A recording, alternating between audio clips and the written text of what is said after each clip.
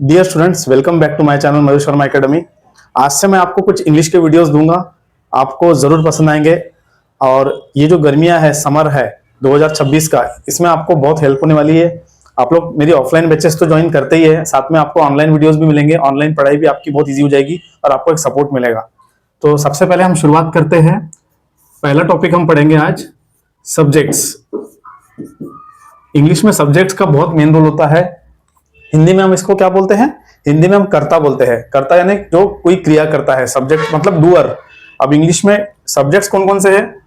I, we, you, they, he, she, it. किसी का नाम हो सकता है जैसे Ram, Sita, boy, girl, etcetera. इसमें इंपॉर्टेंट सब्जेक्ट कौन सा है? इसमें इंपॉर्टेंट सब्जेक्ट इंग्लिश अगर आपको शुरुआत करनी है तो यूज करते आना चाहिए I, we, you, they, he, she, it. At least आपको ये इंग्लिश के सब्जेक्ट्स आपको यूज करते आना चाहिए। ये किसी का नाम है, इसके बारे में आप बचपन से जानते हो इसको कैसे यूज करते हैं। बॉय, गर्ल एक कॉमन नाउन है। अब देखिए सब लोग, सब्जेक्ट कितने तरह के होते हैं? सब्जेक्ट दो तरह के होते हैं, दो टाइप्स के सब्जेक्ट्स होते हैं, सिंगुलर सब्जेक्ट और प्लूरल सब्जेक्ट। इंग्लिश ग्रामर सीखने के लिए आपको ये पता होना चाहिए कि सब्जेक्ट को कैसे यूज करना है। कोई भी सब्जेक्ट किसी भी सेंटेंस में नहीं लगाया जाता। कुछ रूल्स होते हैं जो मैं आपको आगे बताऊंगा धीरे धीरे जैसे टॉपिक आगे बढ़ेगा। हेल्पिंग वर्ब, मेन वर्ब के साथ सिंगुलर सब्जेक्ट या प्लूरल सब्जेक्ट के कुछ रूल्स होते हैं जो हमको सीखने हैं। सब्जेक्ट जैसा कि मैंने बताया दो टाइप के, सिंगुलर और प्लूरल। हिंदी में इसे बोलेंगे एक वचन और इसे बोलेंगे अनेक वचन या बहुवचन। जैसे फर्स्ट पर्सन जो होता है सिंगुलर सब्जेक्ट में, पर्सन इंग्लिश में तीन टाइप के होते हैं, ये भी जानना जरूरी है। अब ये क्या है मैं आपको बताता हूँ। जैसे मैं आपसे बात कर रहा हूँ या आप मुझसे बात कर रहे हैं, अपने बारे में कुछ मुझे बता रहे हैं, या मैं आपको अपने बारे में कुछ बता रहा हूँ, तो मैं फर्स्ट पर्सन हूँ आई। अगर आप मुझे अपने बारे में कुछ बता रहे हो तो आप सेकंड पर्सन हुए। मैं आपसे बात कर रहा हूँ, आप सेकंड पर्सन हुए। मैं अपने बारे में कुछ बता रहा हूँ, मैं फर्स्ट पर्सन हूँ। दो लोग एक दूसरे से बात कर रहे हैं, मिस्टर ए मिस्टर बी, तो मिस्टर ए अगर अपने बारे में कुछ बता रहा है तो आई हुआ। मिस्टर बी से बात कर रहा है, उसके सामने वो खड़ा है, बैठा है, यू हुआ। तो समझ में आ गया होगा आपके कि फर्स्ट पर्सन क्या है, सेकंड पर्सन क्या है। जैसे कि आई फर्स्ट पर्सन हुआ और यू सेकंड पर्सन हुआ। थर्ड पर्सन हम दोनों मिलके, आप और मैं, किसी के बारे में अगर बात कर रहे हैं, या फिर ऐसा बोल सकता हूं कि ए और बी बात कर रहे हैं आपसी में सी के बारे में, तो वो हुआ थर्ड पर्सन।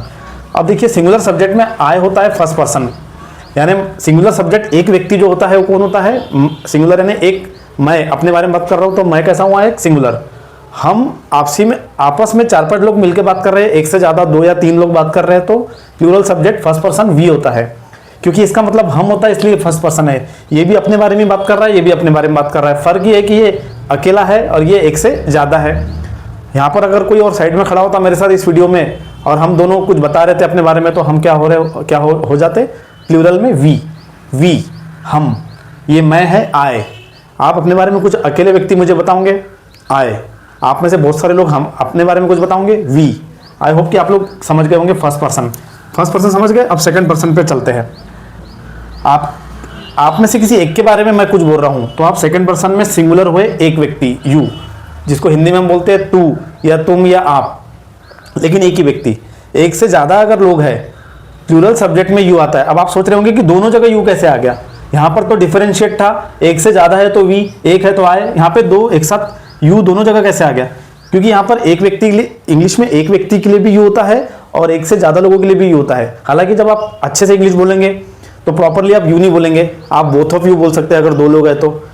अगर बहुत सारे लोग हैं तो you all, but generally you होता है। थर्ड पर्सन में अगर आप किसी एक व्यक्ति के बारे में, किसी लड़के के बारे में कुछ बता रहे हो या सेंटेंस बना रहे हो, उसके बारे में कुछ बोल रहे हो तो ही। कोई जैसे आपके फादर है, आपके ब्रदर है तो ही, आपके फ्रेंड है। कोई गर्ल है, जैसे मम्मी है, सिस्टर है, बेटी है, डॉटर है, तो शी, एक गर्ल के लिए। किसी एनिमल के लिए, किसी जानवर के लिए, किसी चीज के लिए आपको किसी फैन के बारे में कुछ बताना है, इस मार्कर के लिए कुछ बोलना है, आपको लगता है मुझे इस बोर्ड के बारे में कुछ बताना है, तो इट। एनिमल के लिए, जानवरों के लिए, चीज़ों के लिए, बर्ड्स के लिए, पेड़ों के लिए, जो भी चीज़ें नॉन लिविंग मतलब जिसको हम इंसानों में नहीं गिनते, वो सब इट में आता है। राम, किसी का नाम भी आप पुकार सकते हैं, वो भी सिंगुलर सब्जेक्ट है थर्ड पर्सन में। थर्ड पर्सन इसलिए बोल रहा हूँ जो ना आप हो ना जब मैं हूँ, हम किसी और के बारे में बात कर रहे हैं।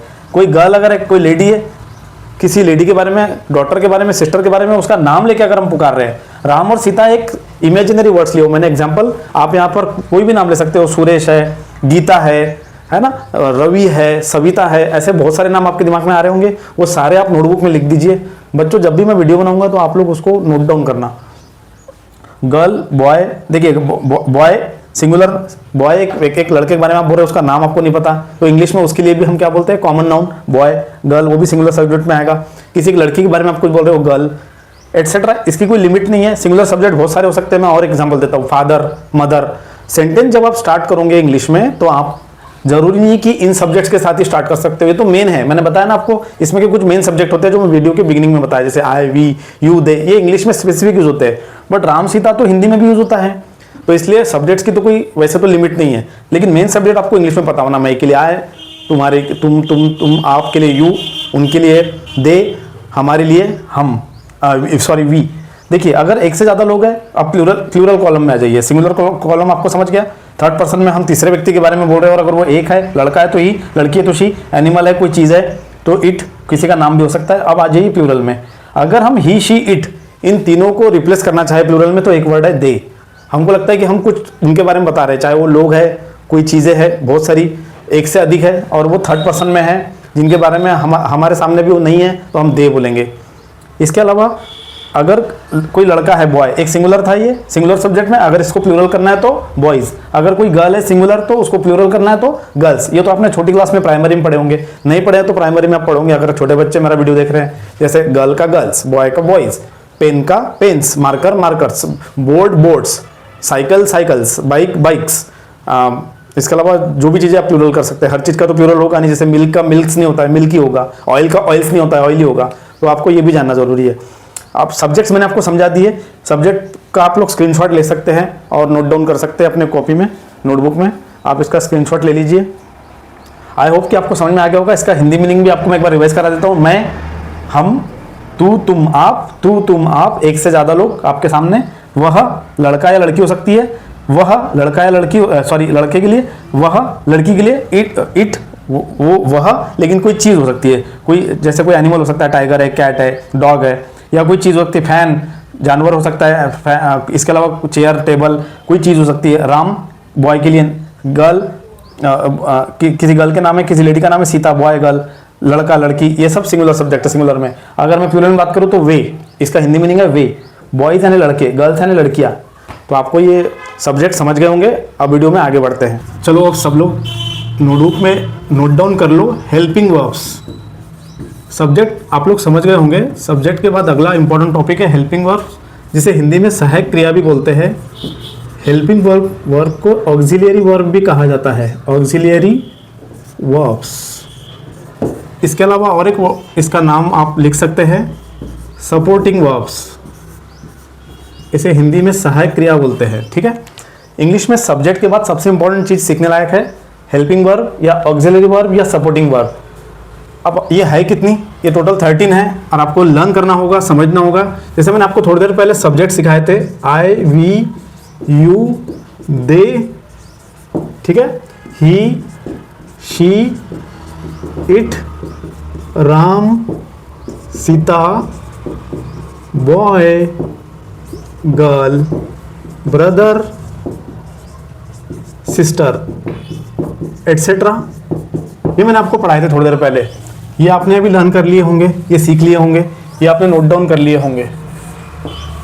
ठीक है, अब ये जो सब्जेक्ट्स है इसमें हेल्पिंग वर्ब लगाना पड़ेगा, उसके बाद मेन वर्ब लगाना है, उसके बाद ऑब्जेक्ट लगाना है। ऐसे आप 3 या 4 हिस्सों में जब टुकड़े करोगे सेंटेंस के तो आप धीरे धीरे सेंटेंस को समझ जाओगे और बाद में आपके लिए इंग्लिश में सेंटेंस बनाना आसान हो जाएगा।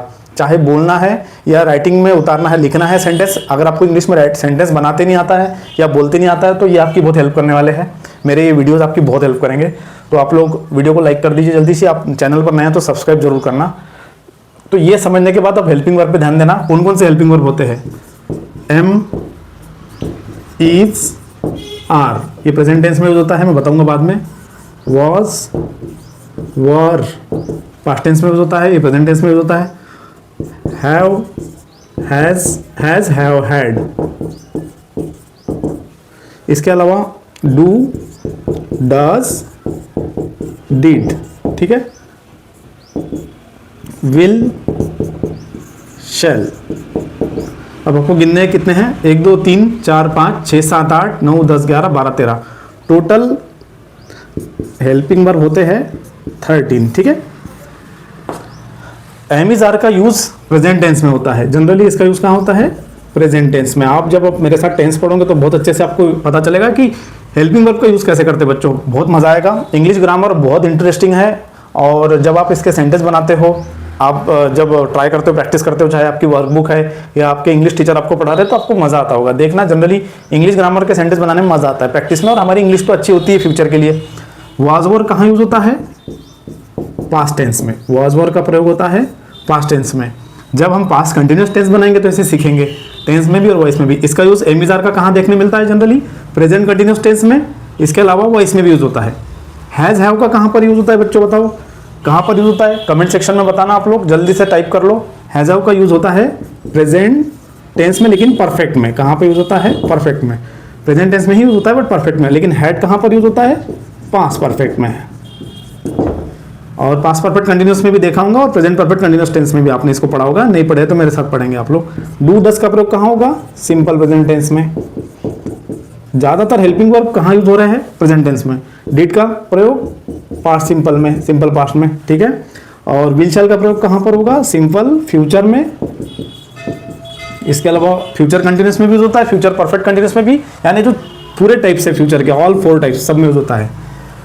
अब थोड़ा बेसिकली मैं आपको बताता हूँ इसके साथ इसका कॉम्बिनेशन कैसा है। सब्जेक्ट के साथ हेल्पिंग वर्ब का कॉम्बिनेशन जान लेंगे थोड़ा बेसिक। एक्चुअली मैं आपको जब टेंस के स्ट्रक्चर पढ़ाऊंगा तो बहुत अच्छे से बताऊंगा कि कौन सा हेल्पिंग वर्ब कहाँ लगता है। वहाँ पर स्ट्रक्चर के साथ बहुत ईजी वे में आप सीख जाओगे। मेरी एकेडमी, मतलब जो मयूर शर्मा एकेडमी है, कोचिंग जो ज्वाइन करते हैं बच्चे, उनको मैं पूरे स्ट्रक्चर के पूरे नोट्स बना कर देता हूँ बहुत अच्छे से। आप लोग मेरी ऑफलाइन बैच भी ज्वाइन कर सकते हैं। इसके अलावा ऑनलाइन बैच तो मैं शुरू कर दिया हूँ। ऑनलाइन बैच के लिए भी आप कॉन्टैक्ट कर सकते हैं।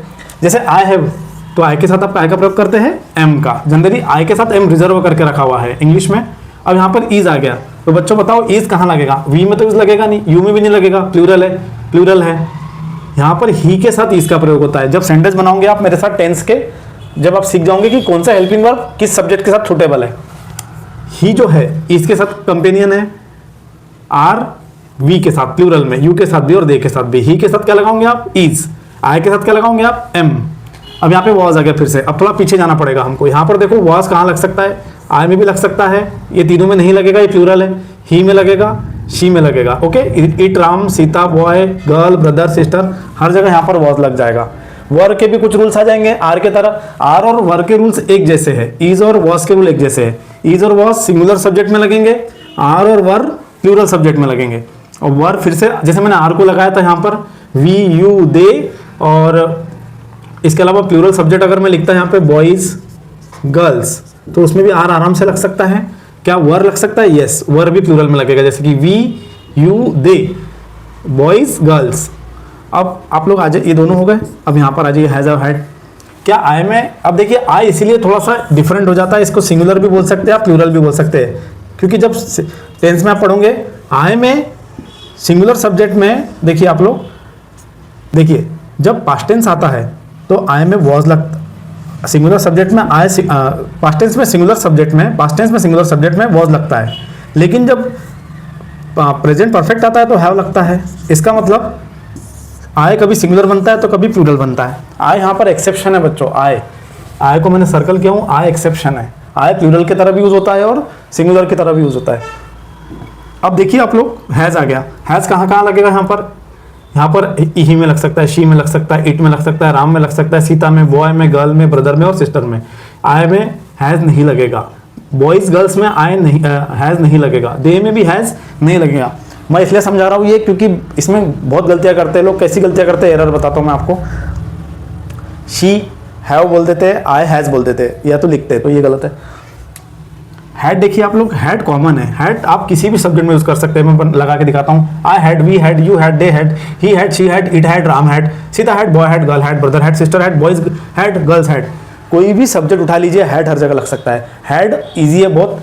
मैं आपको डिड भी पहले समझा देता हूँ क्योंकि दोनों एक जैसे हैं। डिड आप कहीं पे भी लगा सकते हैं। Did I, did we, did you, did they, या I did not, we did not, you did not, they did not, he did not, she did not, it did not, Ram did not, Sita did not, boy did not, girl did not, brother did not, sister did not, boys did not, girls did not, did girls, did boys, did brother, did sister, did girl, did boy, did आप चाहे plural इसका चाहे आप question mark में तब्दील करो इसको या निगेटिव में, हर जगह लग सकता है। अब डू देख लीजिए, क्या डू हर जगह लगेगा? नहीं, डू के भी कुछ रूल्स है। आई में लग जाएगा डू, वी में लगेगा, यू में लगेगा, दे में लगेगा, यहाँ नहीं लगेगा। यहाँ डज आने वाला है, सिंगुलर में डज, सिंगुलर में डज, सिंगुलर में डज, सिंगुलर में डज, सिंगुलर में डज, सिंगुलर में डज, सिंगुलर में डज, सिंगुलर में डज, प्लूरल में डू, प्लूरल में डू, यहाँ पर भी डू, यहाँ पर भी डू, यहाँ पर भी डू, यहाँ पर भी डू। अब विल और शैल, विल और शैल कॉमन है, अगेन इसको मैं सर्कल लगा देता हूँ। विल और शैल आप किसी भी सब्जेक्ट में प्रयोग कर सकते हैं। I will, we will, they will, you will, he will, she will, it will, Ram will, Sita will, boy will, girl will, brother will, sister will, boys girls will. Shall हर जगह लग सकता है। I shall, we shall, you shall, they shall, he shall, she shall, it shall, Ram shall, Sita shall, boy shall, girl shall, brother shall, sister shall, boys girls, सब में शैल लगा सकते हैं आप आराम से। लेकिन आप इस बात का ध्यान रखिए कि जो पुराने रूल्स है टेंस के, थर्ड पर्सन सिंगुलर में और सेकंड पर्सन में विल लगता था, और फर्स्ट पर्सन जैसे कि आई और वी में शैल लगता था, तो ये ओल्ड रूल हो गया। आजकल विल हर जगह लगने लगा है और शैल भी हर जगह लगने लगा है। शैल का प्रयोग समय के साथ कम हो गया है, बट विल का प्रयोग बढ़ गया है, तो विल हर जगह यूज होता है। साथ में आपको मैं विल शैल के बारे में बता दूं एक इंपॉर्टेंट बात, ये मॉडल ऑक्सिलरी वर्ब भी है, तो जब मैं आपको मॉडल्स पढ़ाऊंगा तो इसमें भी आपको विल शैल देखने मिलेगा।